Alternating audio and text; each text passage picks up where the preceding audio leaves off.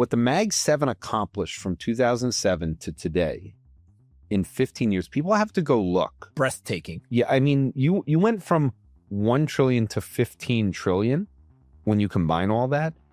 This is going to take a lot less time. So Bitcoin's going to get to 15 trillion. It's going to happen. And I believe it's going to happen in much less time. The reason is because of artificial intelligence. Bitcoin Zella stands out with its simplicity and clarity. We've crafted an experience that anyone can dive into, whether you're a crypto expert or just a new to the crypto world. Now guess who keeps his eye on us?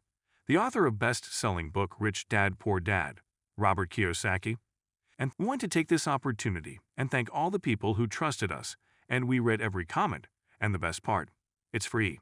Subscribing now means you will get all new information for free. Don't just follow the trends, stay ahead of them. Subscribe to Bitcoin Zella today and enjoy the new edge. Jordi Visser reveals why Bitcoin is set to hit $150,000 faster than you think. Market trends, catalysts, and timing. Let's dive in. How many are the Fed going to do this year?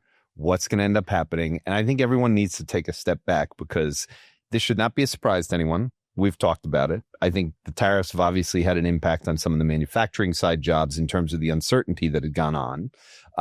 With the reciprocal tariffs only really happening in August and everyone kind of waiting to see how this would play out, what the demand side would be as some of the price pass-throughs were going. We're kind of in a point where on a small term basis, I want to say to everyone, the market's acting like we're coming out of a recession, not going into one. And I say that because as I read through the X post in the minutes after, all of them were pretty negative going in. Most banks said, well, if this number comes in 0 to 25,000, the market's going to be down 50 to 100 basis points. So I think there's a bias still from people to either believe inflation is bad or believe if it's not inflation, oh, we're going to have a recession if jobs are bad. And there's a middle ground here, which I think, again, people just have to accept. The tariffs did put a hold on things and they've kind of freaked people out a little bit. The AI action plan is in place. The building and the whole situation is going to start to go. We saw PMIs go up in the month of August around the globe, not just in the U.S. The ISM PMI, which came out this week, was only slightly higher than it was and came in a little bit lower than where people forecast.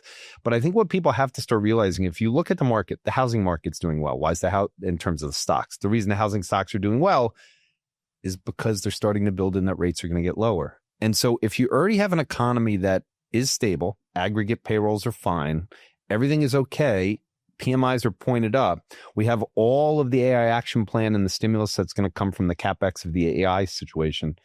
I think the people that are investing and going through it are focused on one thing, which is, I guess the economy is somewhat sluggish from a payroll perspective. Is that related to AI?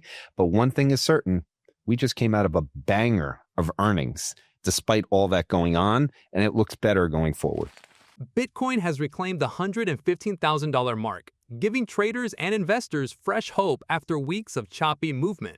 The price climbed 1.5% in the past 24 hours, showing early signs of strength as on-chain signals point to momentum building. For now, holding above $115,000 is crucial, but the real test lies ahead with heavy resistance between $116,000 and $121,000. Clearing that zone could open the door to new highs and possibly push Bitcoin closer to the much-talked-about $120,000 level. What makes this recovery stand out is the role of derivatives. With spot demand and ETF inflows softening, futures and options markets are increasingly setting the tone. Glassnode data shows sellers are finally easing off, while options open interest has surged to a record $54.6 billion, with traders leaning bullish. If price stays above $113,000, the setup could fuel a powerful move higher. For now, all eyes remain on the $115,000 pivot. Hold it, and Bitcoin may soon aim much higher. So let's make sure that, like, everyone watching this on a week-to-week basis, I think the thing we do better than any regular program that I see is we kind of stay inside the fairway with what's happening. Jobless claims have not budged. They're up slightly. That means we're not seeing job losses. We are absolutely not seeing hiring.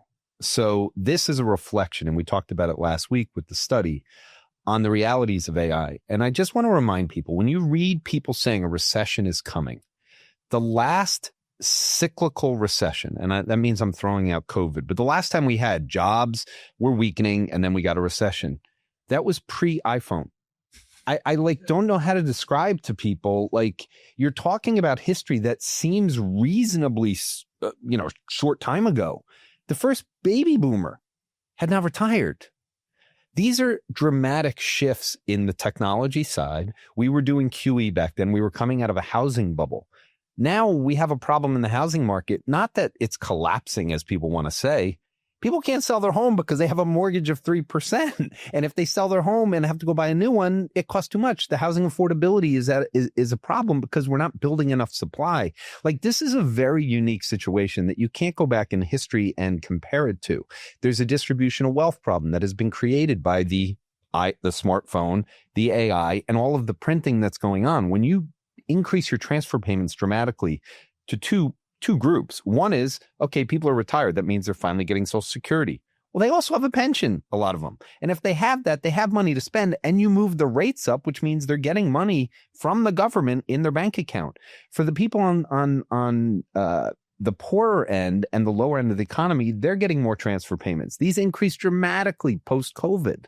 So we just have, an economy that I hate to tell people, it's kind of boring. It's not as dramatic as people want to make. We've had nominal GDP above 4.5% for 5 years straight, but the amount of recession fears and the amount of times that people get off worried about things, we're just in a situation where everyone who's involved in the crypto world, so if you separated your audience by people that knew me from the macro world and people that have grown up with you on the crypto world, debasement is the major story. They have to run the economy hot, and rates need to be lower than where inflation is going to be. And that's where we're headed. So instead of trying to fight it, I'll use Darius Dale's comment that he said to you, focus on the destination. The Fed's going to be more dovish going forward. They're going to be running the economy hot. Make your investments based on that. Ether has been trading in a tight range between $4,200 and $4,500. Even a spot Ether ETFs posted $216 million in net inflows this week. While the buying activity from institutions has added some confidence, it has not yet created the kind of momentum needed to push ETH toward the highly anticipated $5,000 mark.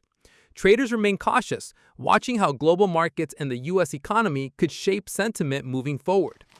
One concern is the lack of enthusiasm in Ether's derivatives market.